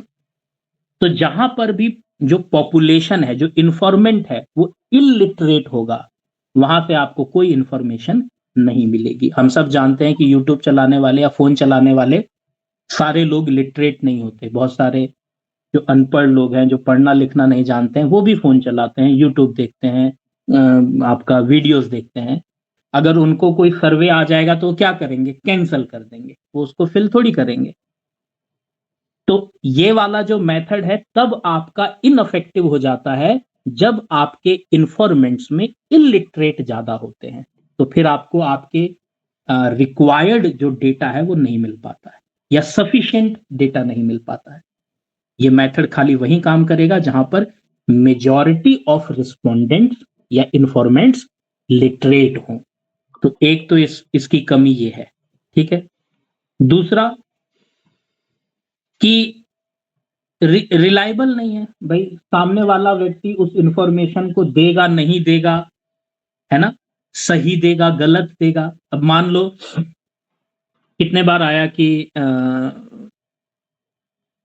एक उसमें किसमें आता है, ये फेसबुक या किसमें आता है ना, जिसमें बोलते हैं ना आपके पास क्या क्या है, कार है, घर है, टीवी है, फ्रिज है। ऐसा कभी सर्वे आया आपके फोन में, इस तरह के सर्वे जिसमें वो आपसे पूछते हैं कि भाई आपके पास क्या क्या है? इस तरह के सर्वेस पता है कौन करवाते हैं? जो ऑनलाइन प्लेटफॉर्म होते हैं ना, अमेजोन, फ्लिपकार्ट, ये सारे इस तरह के सर्विस करवाते हैं। ठीक है? अब ये इस तरह के सर्वेस करवाने के लिए फेसबुक से डील कर लेते हैं। वहाँ पर इस तरह के सर्वे चलाते हैं क्योंकि लोग जानते हैं कि यार लोग फेसबुक बहुत चलाते हैं, इंस्टा बहुत चलाते हैं। अगर वो उसको सर्वे दिया जाए और वो अपने उसमें बोले कि हाँ भाई मेरे पे घर है, कार है, टीवी है, फ्रिज नहीं है, तो पता चला कि जैसे ही आप अगले दिन सुबह उठे, आपको हर जगह फ्रिज के ऐड दिखने लग गए। गूगल खोल रहे हो तो फ्रिज का ऐड दिख रहा है, फेसबुक खोल रहे हो तो फ्रिज का ऐड दिख रहा है। मतलब वो आपको पूरी तरह से प्रभावित करेंगे कि आपने आप सर्वे में कहा था आपके पास फ्रिज नहीं है, तो देखो हम आपको फ्रिज के दुनिया भर के ऑफर्स दे रहे हैं। अगले का मन नहीं भी होगा तो फ्रिज खरीदने का मन बन जाएगा। इस तरह से ये लोग ऑनलाइन मार्केटिंग करते हैं। तो कई बार क्या होता है कि मेरे से अगर कोई मान लो कोई क्वेश्चनरी है, किसी ने मेरे को कोई लिस्ट ऑफ क्वेश्चन भेजा, तो मेरे मूड पर डिपेंड करता है यार। हो सकता है मैं उसमें टिक कर दूं, हाँ मेरे पास सब कुछ है। हो सकता है किसी के पास घर है लेकिन वो घर पे टिक ही नहीं कर रहा, कार है कार पे टिक ही नहीं कर रहा। क्योंकि ये तो इन्फॉर्मेंट जो हो गया, जो रिस्पोंडेंट हो गया, उसे अपने मर्जी से वो इंफॉर्मेशन देनी है। और वो जब अपनी मर्जी से देगा तो क्या पता वो इंफॉर्मेशन दे, ना दे, सही दे, गलत दे, है ना? क्या पता उस समय वो किस परिस्थिति में है, उसका स्टेट ऑफ माइंड क्या है, खुश है, दुखी है, गुस्से में है। तो जैसी भी वो जानकारी देगा, उस जानकारी पे भरोसा कम ही किया जा सकता है। ठीक है ना? जैसे आप ना उसमें देखते हो, क्या बोलते हैं यार ये जो, अरे ये कौन सा चैनल होता है ये जिसमें ये जो व्हाट्सएप की तरह है, टेलीग्राम। नहीं नहीं, टेलीग्राम टेलीग्राम। टेलीग्राम में जो वो एग्जाम के बाद बच्चे वो पूछते हैं ना उसमें, जैसे क्या बोलते हैं वो, कि किसके कितने नंबर आए, 70 में से 50 से 60, 60 से 70, 80 से 90, 90 से 100। तो मुझे लगता है उसमें ना 100 में से 20 बच्चे तो ऐसे होंगे जो 90 से 100 पे भी टिक कर देंगे, जा भाई मेरे सबसे ज्यादा आए, है ना? तो यानी वो भी एक तरह का क्या हुआ, वो भी एक तरह का क्वेश्चनरी तो हुआ ना। जैसे मान लो कि एक एग्जाम के बाद एक एक सवाल तैयार किया गया जिसमें पूछा गया कि भाई बताओ आप, मल्टीपल उसमें ऑप्शंस हैं, आपको चूज करना है कि भाई आपके कितने मार्क्स आए, आप उस ऑप्शन पे टिक करो। तो बताओ आप क्या अपनी सही जानकारी दोगे? बहुत कम लोग होंगे जो अपनी सही जानकारी देंगे। यानी इस तरह के मेथड से कलेक्ट किया गया डेटा बिल्कुल रिलायबल नहीं होता। अगर ऐसे किसी सर्वे में आपको लग रहा है कि यार इस एग्जाम में तो 80 से 90 नंबर लाने वाले 500 बच्चे हैं, तो मैं कहूंगा कि असलियत में शायद 5 बच्चे भी ना हो। यानी कि इस तरह का डेटा बहुत कम रिलायबल होता है, ये इसकी सबसे बड़ी कमी है। ठीक है?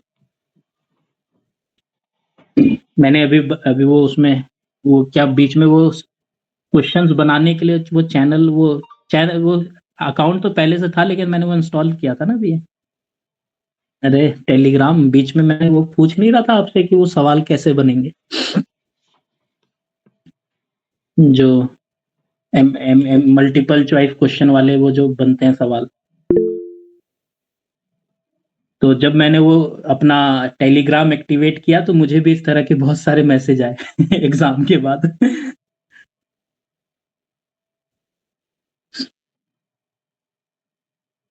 It involve uncertainty about the response from respondents.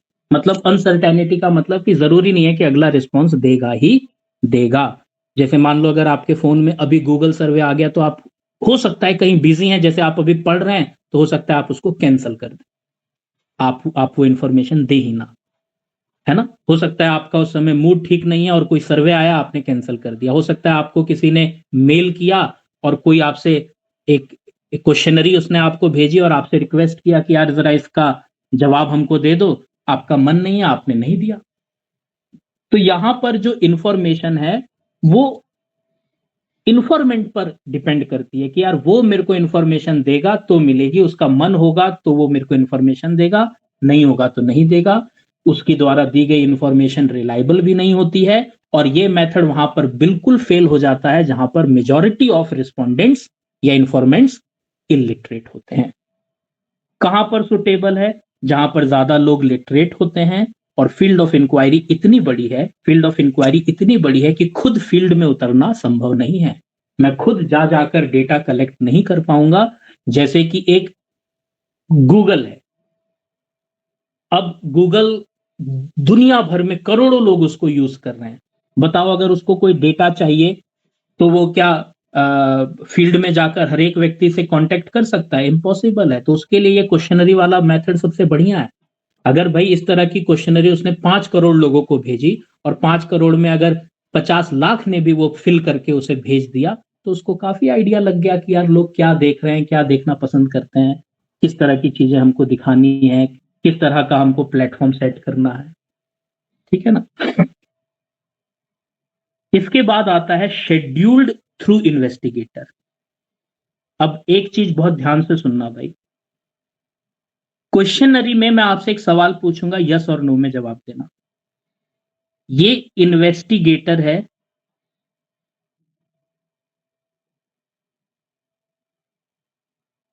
और आपका इन्वेस्टिगेटर और एक हो गया आपका इंफॉर्मेंट।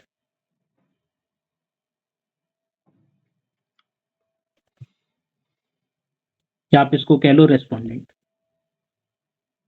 क्या ये दोनों एक दूसरे से मिलते हैं इस मेथड में? क्या इन्वेस्टिगेटर इंफॉर्मेंट से मिलता है? क्या इंफॉर्मेंट इन्वेस्टिगेटर के प्रेजेंस में सारे जवाब दे रहा है?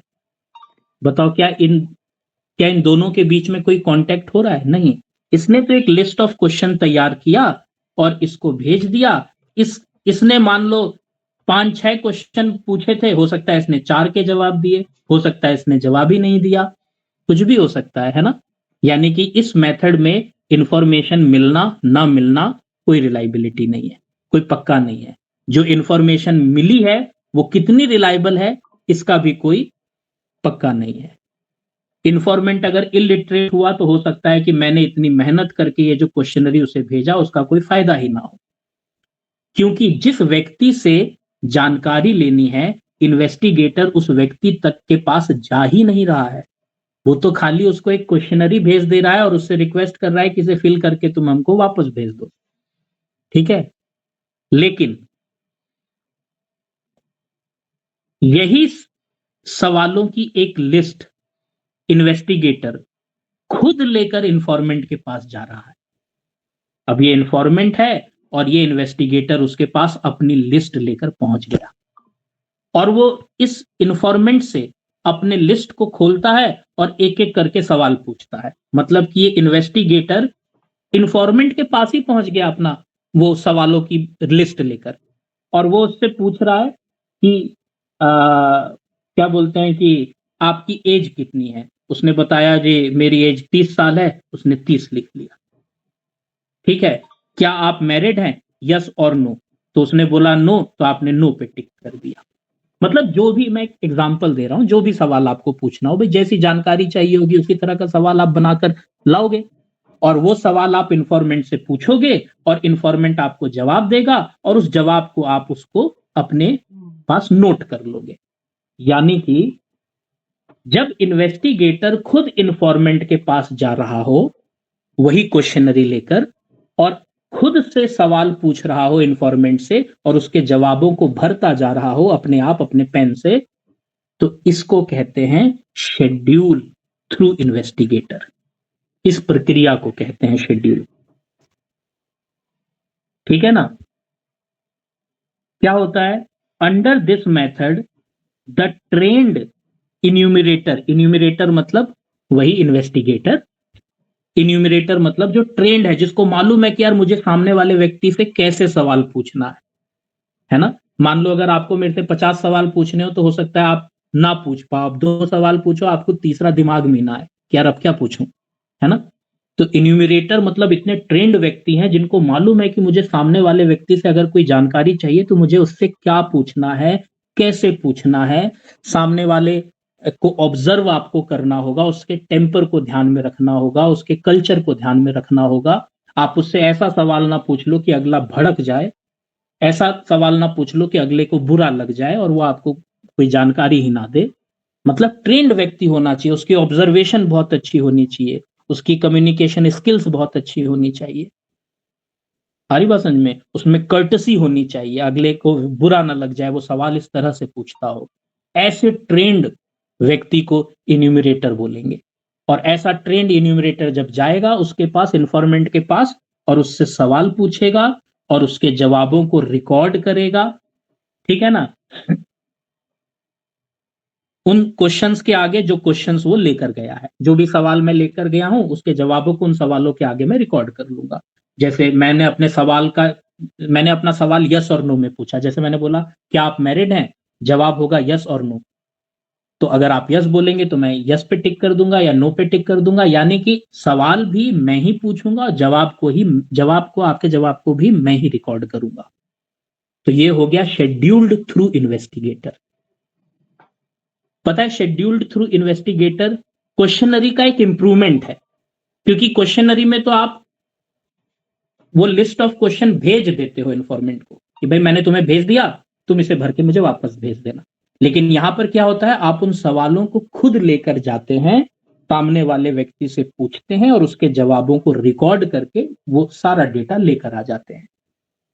तो ये वाला जो प्रक्रिया है ये ज्यादा बेहतर है, मगर फील्ड ऑफ इंक्वायरी छोटी होनी चाहिए। फील्ड ऑफ इंक्वायरी छोटी होनी चाहिए। फील्ड ऑफ इंक्वायरी बहुत बड़ी होगी तो आप खुद जा जाकर डेटा कलेक्ट कर पाओ, ये कन्वीनियंट नहीं रहेगा।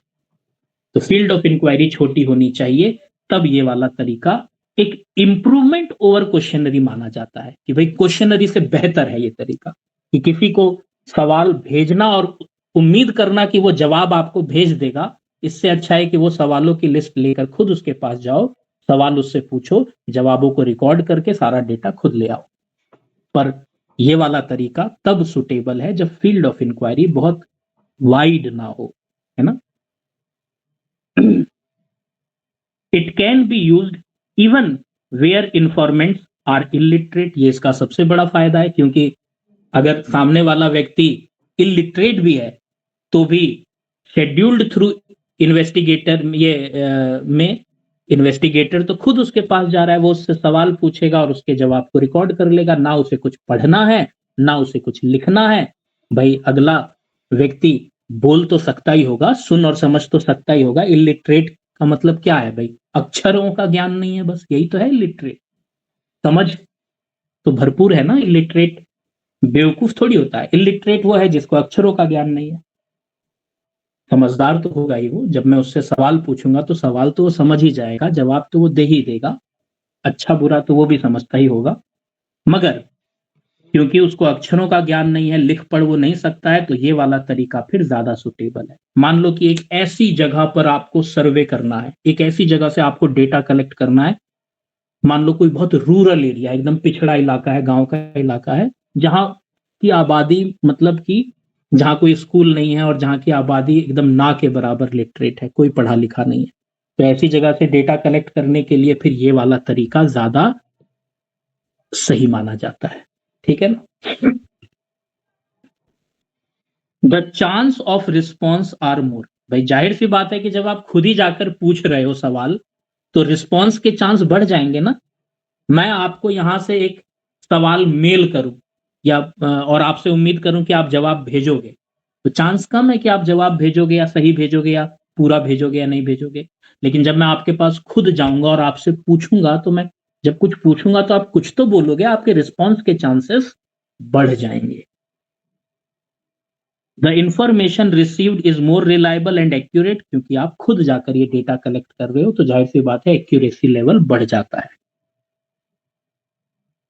कॉस्टली है क्योंकि खुद जाना है फील्ड में, खुद घुसना है फील्ड में, तो पैसा भी लगेगा, समय भी लगेगा। कहाँ सुटेबल है? जहां पर ज्यादा लोग इलिटरेट होते हैं वहां पर ये मेथड सुटेबल है। पहले आप मेरे को बताओ, क्या आपको ये पांचों मेथड समझ में आए प्राइमरी डेटा कलेक्ट करने के?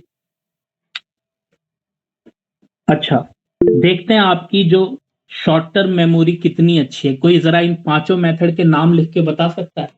कोई भी बताए, जिसको जो भी मेथड याद आ रहा है कि अभी हमने कौन कौन से मेथड पढ़े। अभी हमने कौन कौन से मेथड पढ़े? डायरेक्ट पर्सनल इंटरव्यू पढ़ा, डायरेक्ट पर्सनल इंटरव्यू पढ़ा, इनडायरेक्ट ओरल इन्वेस्टिगेशन पढ़ा, मेल्ड क्वेश्चनरी पढ़ा, ठीक है, एक ये भी पढ़ा। इन्वेस्टिगेशन थ्रू लोकल कॉरेस्पॉन्डेंट्स, हाँ एक ये भी पढ़ा। और एक हमने ये शेड्यूल पढ़ा, है ना। ये 5 मेन मेथड्स हैं प्राइमरी डेटा कलेक्ट करने के। आइए थोड़ा क्वेश्चनरी और शेड्यूल में क्या अंतर है इसको समझ लेते हैं। मोटा मोटा अंतर तो आपको समझ में आ भी गया होगा, लेकिन एक बार फिर से इसको पढ़ लेते हैं।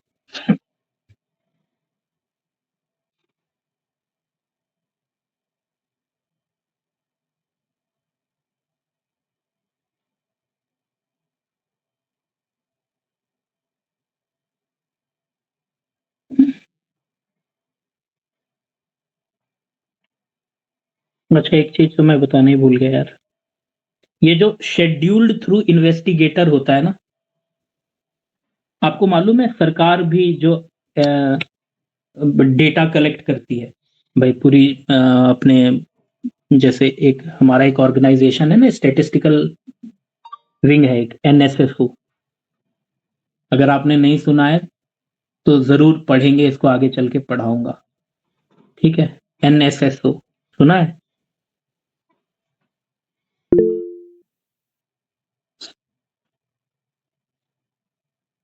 जो सर्वे करती है भाई, जिसका काम है सर्वे करने का, नेशनल सैंपल सर्वे ऑफिस इसको बोलते हैं, NSSO, national sample survey office. मतलब पूरे भारत में जो सर्वे होता है, वो जैसे सेंसस जब कलेक्ट करते हैं ना, सेंसस जो आपका हर 10 साल में आता है, उसके लिए जो सर्वे करते हैं वो यही करती है, एनएसएसओ करती है।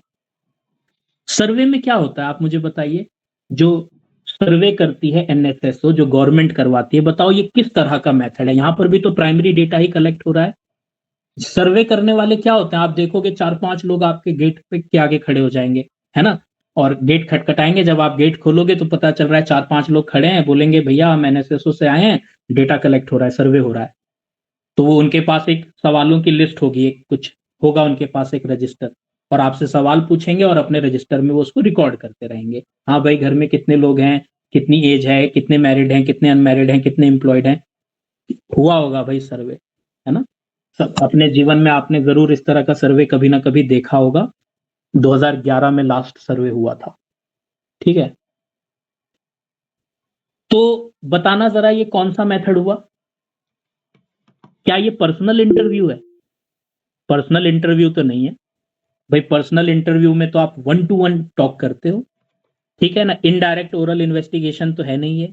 जाहिर सी बात है कि ये लोकल कॉरेस्पोंडेंट से मिलने वाली जानकारी भी नहीं है, और ये क्वेश्चनरी भी नहीं है, क्योंकि क्वेश्चनरी में जो इन्वेस्टिगेटर होता है वो खुद आपके पास नहीं आता है, वो खाली उस क्वेश्चनरी को आपको भेज देता है। आप उस क्वेश्चनरी को फिल करते हो, और क्या बोलते हैं, जो भी इंफॉर्मेंट जो भी इन्वेस्टिगेटर है उसको भेज देते हो। ये एग्जाम्पल है शेड्यूल्ड थ्रू इन्वेस्टिगेटर का। जो एनएसएसओ सर्वे करवाता है, जो जनगणना होती है, ये शेड्यूल्ड थ्रू इन्वेस्टिगेटर का एक परफेक्ट एग्जाम्पल है। Mostly government organisation like NSSO make use of it. Survey करने के लिए इसका इस्तेमाल। आइए क्वेश्चनरी और शेड्यूल में क्या अंतर है इसको समझ लेते हैं। A list of questions pertaining to a particular inquiry is known as questionnaire और शेड्यूल। भाई शेड्यूल में भी तो मेरे पास एक सवालों की लिस्ट है, क्वेश्चनरी में भी सवालों की लिस्ट है। फर्क क्या है, शेड्यूल में इन्वेस्टिगेटर आता है वो सवालों को लेकर इंफॉर्मेंट के पास, और क्वेश्चनरी में उसे भेज देता है बाय पोस्ट या मेल या ऑनलाइन किसी भी माध्यम से, ठीक है ना। But some distinction is made between questionnaire and a schedule, यानी दोनों में समानता क्या है, क्योंकि दोनों ही लिस्ट ऑफ क्वेश्चंस हैं। दोनों एक लिस्ट ऑफ क्वेश्चंस हैं जिसमें जो इंफॉर्मेशन चाहिए उस इंफॉर्मेशन से जुड़े हुए सवाल होते हैं। लेकिन फिर भी इसमें क्या अंतर है। Questionnaire filled by इंफॉर्मेंट without the help of investigator, कोई दिक्कत। क्वेश्चनरी जो है इन्फॉर्मेंट भरता है बिना इन्वेस्टिगेटर की हेल्प के, क्योंकि इन्वेस्टिगेटर उसके सामने उपस्थित नहीं होता है, मौजूद नहीं होता है। ये मुझे भरना है, और जब मुझे भरना है तो भाई मैं भरूं ना भरूं, पूरा ना भरूं, सही भरूं, गलत भरूं, कौन देख रहा है? इसीलिए कहा जाता है कि यहां पर रिस्पॉन्स के चांसेस कम रहते हैं, और अगर रिस्पॉन्स मिला तो उसकी रिलायबिलिटी भी कम रहती है। और अगला लिटरेट भी होना चाहिए, पढ़ा लिखा भी होना चाहिए, तभी तो सवालों को पढ़ और समझ पाएगा। लेकिन शेड्यूल में क्या होता है, इन्वेस्टिगेटर द्वारा ये भरा जाता है इन द प्रेजेंस ऑफ इंफॉर्मेंट, यानी इन्वेस्टिगेटर इंफॉर्मेंट के पास जाता है, सवाल पूछता है और सारे सवालों के जवाब उस लिस्ट में भर लेता है। ठीक है ना? तो सबसे बड़ा अंतर तो यही हो गया। जब क्वेश्चनरी भेजा जाता है तो उसमें इस तरह से सवाल पूछे जाते हैं कि आंसर यस नो में हो, मल्टीपल यस नो में हो, या मल्टीपल चॉइस वाले क्वेश्चन हो।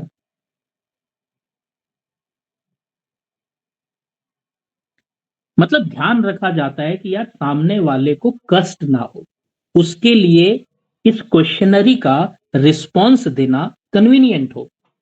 अब आप मेरे से पहले तो आप अपने पर्पस के लिए मेरे से इंक्वायरी, जैसे गूगल वाले मेरे से अपने हिसाब से पूछ रहे हैं कि भाई अब कायदे से वो जो भी क्वेश्चनरी भेज रहे हैं उससे उनका पर्पस सॉल्व होता है, वो अपना डेटा कलेक्ट कर रहे हैं। अब मुझे उसमें खूब सारा टाइप करना पड़ रहा है, खूब सारा लिखना पड़ रहा है, तो मैं तो बोलूंगा यार तुम मेरा एग्जाम ले रहे हो क्या? मैं तो उसको तुरंत कैंसिल कर दूंगा। दोबारा कभी इस तरह का क्वेश्चनरी मेरे पास आया, इस तरह का सर्वे मेरे पास आया, मैं तुरंत उसको कैंसिल कर दूंगा। आपको ध्यान रखना है कि जब भी आप क्वेश्चनरी सेट करते हो तो सवाल इस तरह से पूछे जाएं कि सामने वाले को जवाब देने में तकलीफ ना हो, उसके लिए कन्वीनियंट रहे। जैसे जवाब यस नो में देना हो, टिक करना हो, इस तरह के आपको सवाल बनाने पड़ते हैं। ठीक है ना? अदरवाइज अगला इंटरेस्ट ही नहीं लेगा, उसको कौन सा एग्जाम देना है तो आपके सवालों के जवाब लिखता रहेगा। हाँ, लेकिन अगर मान लो मेरे को ऑनलाइन एक सर्वे आया, उसमें उसमें बोला आर यू मैरिड, यस और नो, ये दो आपके ऑप्शन आ रहे हैं, तो मैंने बोल दिया हाँ भाई नो। या कितना टाइम लग रहा है, टिक ही तो करना है। यानी कि सवाल बड़ा कन्वीनियंट था, इस तरह से पूछा गया था कि मुझे उसको जवाब देने में ज्यादा तकलीफ नहीं हुई। तो ऐसा करने पर क्या होता है, रिस्पॉन्स आने के चांसेस बढ़ जाते हैं। अगर आपने क्वेश्चनरी सही से सोच समझकर प्रिपेयर नहीं किया तो रिस्पॉन्स आने के चांसेस कम हो जाएंगे। यहां पर ऐसी कोई समस्या होती नहीं है भाई। यहां पर तो आप खुद ही सवाल लेकर जा रहे हो, जो वो जवाब देगा उसको आप नोट कर लोगे, तो यहां इस तरह का ब्लैंक स्पेस छोड़ने की कोई आवश्यकता नहीं है। Answer is provided by इंफॉर्मेंट may be insufficient incomplete and incomplete. ठीक है ना? क्योंकि क्वेश्चनरी में क्या होता है, मान लो मैं आपसे 10 क्वेश्चन पूछ रहा हूं, तो मैं तो उपस्थित नहीं हूं वहां पर, आपको खुद से उन 10 सवालों का जवाब मुझे भेजना है। क्या पता आपने उसमें से 2 सवालों का जवाब दिया और भेज दिया। ऑनलाइन वाले में आपने 2 सवालों का जवाब दिया और सबमिट कर दिया, बाकी को स्किप कर दिया। तो हो सकता है कि क्वेश्चनरी में, क्योंकि इन्फॉर्मेंट खुद उसको रिस्पॉन्स देना होता है, तो हो सकता है कि वो रिस्पॉन्स ना दे या पर्याप्त ना दे, आपको सारी जानकारी ना दे। लेकिन शेड्यूल में ये समस्या नहीं होती है, क्योंकि वहां तो इन्वेस्टिगेटर खुद आपके पास जाता है, आपसे कंसल्ट करता है, आपसे पूछता है और आपके सवालों को रिकॉर्ड करता है। तो अगर उसको 10 सवाल पूछने होंगे तो वो आपसे 10 सवाल पूछ के उसके जवाब को रिकॉर्ड कर लेगा, तो यहाँ पे रिस्पॉन्स के चांस बढ़ जाते हैं, तो इन्फॉर्मेशन पर्याप्त आपको मिल जाती है। Questionnaire are sent by post, ठीक है, and return back to the authority by informant, यानी कि क्वेश्चनरी जो है बाय पोस्ट भेजा जाता है और जो इंफॉर्मेंट है उसको फिल करके वापस उसे भेज देता है। ऑनलाइन वाले केस में ऐसा मत सोचना, ऑनलाइन वाले केस में भी तो हम आपके फोन पे ये भेजते हैं, आप उसको सबमिट करके वापस जो पूछ रहा था आपसे उसको भेज देते हो। लेकिन इन्वेस्टिगेटर क्या करता है शेड्यूल वाले केस में, खुद जाता है इंफॉर्मेंट के पास और इंफॉर्मेशन कलेक्ट करता है। क्वेश्चनरी से लार्ज एरिया कवर हो सकता है, लेकिन शेड्यूल से लार्ज एरिया कवर नहीं हो सकता। हाँ, अगर फील्ड ऑफ इंक्वायरी छोटी है तो schedule is an improvement over questionnaire when field of inquiry is small. अगर फील्ड ऑफ इंक्वायरी ज्यादा बड़ी नहीं है तो क्वेश्चनरी से बेहतर है शेड्यूल, क्योंकि क्वेश्चनरी में रिस्पॉन्स आने के चांसेस कम है, क्वेश्चनरी में रिस्पॉन्स रिलायबल भी नहीं होता है। शेड्यूल में तो आप खुद जाते हो, अपने हिसाब से सवाल पूछते हो और रिकॉर्ड करते हो। तो अगर फील्ड ऑफ इंक्वायरी ज्यादा बड़ी नहीं है तो शेड्यूल एक इंप्रूवमेंट माना जाता है ओवर क्वेश्चनरी। ठीक है, ओवरऑल भी शेड्यूल एक बेहतर तरीका है क्वेश्चनरी से, क्योंकि क्वेश्चनरी में इंफॉर्मेंट के ऊपर सब निर्भर करता है, लेकिन शेड्यूल में इन्वेस्टिगेटर के ऊपर सब निर्भर करता है। इन्वेस्टिगेटर खुद जाकर सारी इंफॉर्मेशन कलेक्ट करता है। इसी तरह से सेकेंडरी डेटा के सोर्स क्या है? सेकेंडरी डेटा के दो सोर्स हो सकते हैं, पब्लिश्ड और अनपब्लिश्ड। पब्लिश्ड सोर्स जैसे कि गवर्नमेंट पब्लिकेशंस, कितने सारे गवर्नमेंट पब्लिकेशंस आते हैं।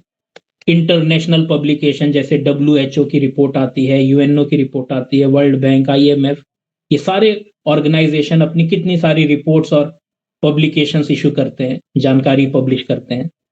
ठीक है, reports of committee and commissions, मान लो जैसे अभी 8th पे कमीशन बनने की बात हो रही है, तो 8th पे कमीशन जब बनेगा तो वो कमीशन पूरा रिसर्च करेगा, रिसर्च करके अपनी रिपोर्ट तैयार करेगा, रिपोर्ट गवर्नमेंट को सबमिट करेगा, है ना। अब उस रिपोर्ट में उसने क्या क्या बातें कही, ये भी तो एक इंफॉर्मेशन है, ये भी तो एक डेटा है, जिसे न्यूज चैनल वाले कलेक्ट करके हमको दिखाएंगे कि भैया इस कमीशन ने ये रिपोर्ट जमा करी, ये इंफॉर्मेशन सप्लाई करी गवर्नमेंट को। Publication of research institution, magazines, newspapers, ये सब पब्लिश्ड सोर्सेस होते हैं। यहां पर डेटा मौजूद है और मैं उस डेटा को अपने पर्पस के लिए यूज कर रहा हूं, तो ये सेकेंडरी डेटा हो गया, पब्लिश्ड सोर्स से जो कलेक्ट हो रहा है।